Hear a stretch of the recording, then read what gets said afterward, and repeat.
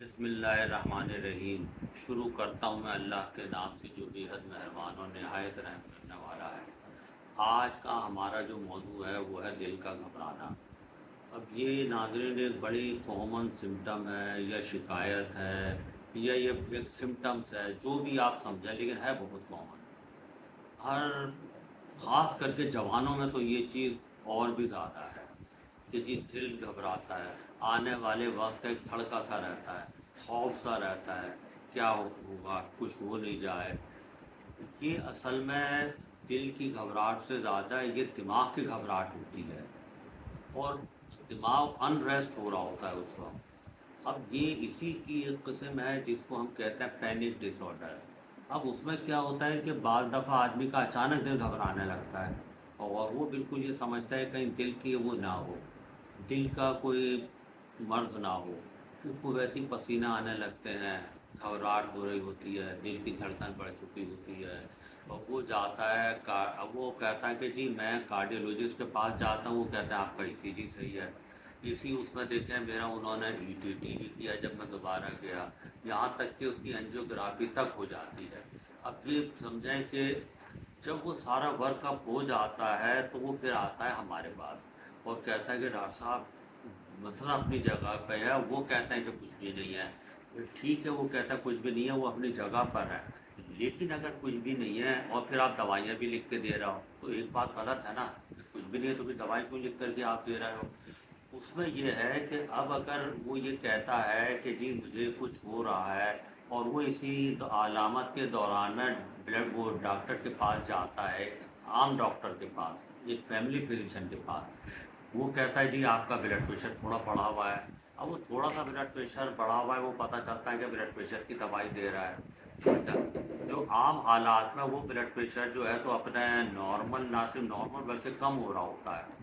ایک تو blood pressure پہ ہم بات کریں گے کہ ایج ریڈنگ جو ہے تو وہ ناکافی ہوتی ہے، کیونکہ ایج ریڈنگ میں آدمی ویسے گھبرایا ہوا ہوتا ہے۔ اب اس میں جو ہے تو آدمی کا ایک یہ ہے کہ جب بھی اگر ایسی علامت ہو جس کو ہم پہلے کٹا، بلکہ بعض دفعہ آدمی کو لگ رہا ہوتا ہے کہ اللہ نہ کرے کہ میں مر تو نہیں رہا ہوں، یہاں تک کہ سوچ آ رہی ہوتی ہے۔ اب بھائی جب بھی ایسی علامت ہو، جب بھی ایسی علامت ہو، تو میں پھر یہ بات بتا رہا ہوں آپ کو کہ یہ دماغ کی کیفیت ہوتی ہے، یہ دل سے زیادہ دماغ سے اس کا تعلق ہے۔ دماغ میں کچھ کیمیکلز ہوتے ہیں، ان کا لیول یہ کہ کم ہو جاتا ہے، جس کی وجہ سے یہ کیفیت ہوتی ہے۔ اب ان کو تھوڑا سا بھی کوئی ایسی بات ہوتی ہے معمولی سی بھی، جو ہم آپ کے درمیان معمولی سی ہے لیکن ان کو وہ بہت بڑی لگتی ہے۔ ان کو تھوڑا سا بھی کچھ ایسا اسٹیمولیشن ملے تو پتہ چلتا ہے کہ دل کی دھڑکن بڑھ گئی، دل گھبرا رہا ہے۔ اب اس میں یہ ہے کہ دیکھیں، آپ اس پیشنٹ کو ایک تو ری ایشور کریں کہ دیکھیں اگر کوئی بات ہوتی تو یہ ٹیسٹ آپ کے نارمل نہیں آتے، اینجیوگرافی تک ہو گئی ہے، دل کا معاملہ کم از کم نہیں ہے یہ بات۔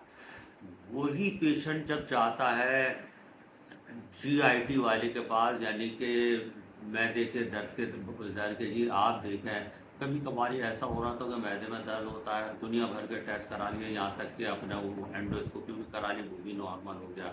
تو اور ڈاکٹر کے پاس ادھر سے آ رہا ہے ادھر سے آ رہا ہے، لیکن یہ بیسیکلی اس کا ہوتا ہے اپنا انزائٹی کا اٹیک، یعنی کہ دل گھبرانا۔ اب اس دل گھبراہٹ میں مختلف جو ہے تو اپنا علامتیں ہوتی رہتی ہیں باڈی میں، لیکن اس کے لیے دیکھیں میں آپ کو بتا دیتا ہوں۔ ایک تو آپ پیدل چلنا پھرنا پڑا ہے، اس کو بتائیں کہ کچھ نہیں ہے، اس کو ری ایشور کریں، اس کے دل سے خوف نکالیں۔ کہیں کہیں تو وہ یہ بھی سمجھتا ہے کوئی ایسی چیز ہے جو ڈاکٹر مجھے پہچان نہیں رہا ہے، ڈاکٹر صاحب میرا مسئلہ تو اپنی جگہ پر ہے۔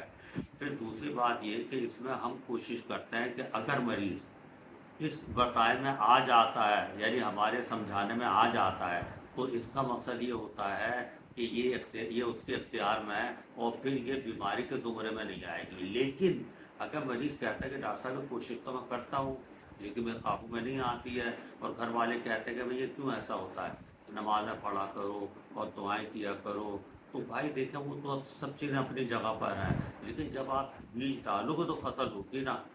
آپ کو ایک بات یہ دیکھ کے میں بتا دوں کہ اگر کسی کو کھانسی آ رہی ہو تو آپ یہ تو نہیں کہیں گے کہ آپ کیوں کھانس رہے ہو۔ اب اس کا آخر میں دیکھیں اس کا یہ ہوتا ہے، جب ہمارے پاس پیشنٹ آتا ہے تو ایک تو ہم اس کا وہ کرتے ہیں، سائیکو تھراپی کرتے ہیں، سمجھاتے ہیں، اس کی دل کی بات پوری کی پوری سنتے ہیں۔ گڈ لسنر کو ہونا چاہیے ایک ڈاکٹر، اس کے بعد اگر یہ چیز دیکھتے ہیں کہ اس کے اختیار میں نہیں ہے تو لو ڈوز میں جو ہے تو ہم اس کو دیتے ہیں اینٹی ڈپریسو اور اینٹی انزائٹی.